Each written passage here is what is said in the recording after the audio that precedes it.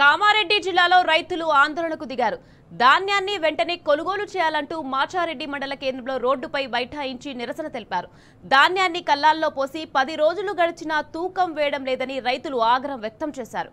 అకాల వర్షాల కారణంగా కల్లాల్లోని ధాన్యం తడిసి తీవ్రంగా నష్టపోతున్నామని అన్నదాతలు ఆవేదన వ్యక్తం చేశారు.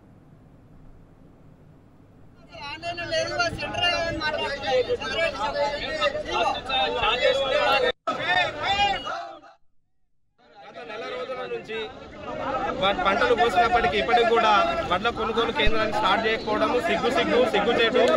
ఇటు విషయమై ప్రాథమికంగా ఉన్నటువంటి వ్యవసాయ శాఖ వాళ్ళను మేము వెళ్ళి కలిస్తే లోకల్లో ఉన్నటువంటి CEO గారు మాట దాటివేయడం జరుగుతుంది.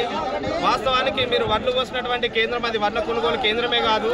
మేము అక్కడికి మీకు అమ్మాలి వాళ్ళని ఏ విధంగా కూడా మేము ప్రొవైడ్ చేయము, మేము వడ్ల కొనుగోలు చేయమని చెప్పేసి మాట దాటి వేసడం జరుగుతుంది. ఇట్టి విషయమై DCO గారిని కూడా మేము ఫోన్ కాల్ ద్వారా కలవడం జరిగింది. సార్ ఏంది విషయం, ఇట్లా CEO గారి యొక్క వివరణ కరెక్ట్ లేదని సార్ అని చెప్తే ఆయన పొద్దున వస్తారంటే సాయంత్రం వస్తారంటే పొద్దున వస్తామని గత 25 రోజుల నుంచి ఆయన కూడా మాట దాటి వేసే ధోరణి జరుగుతుంది.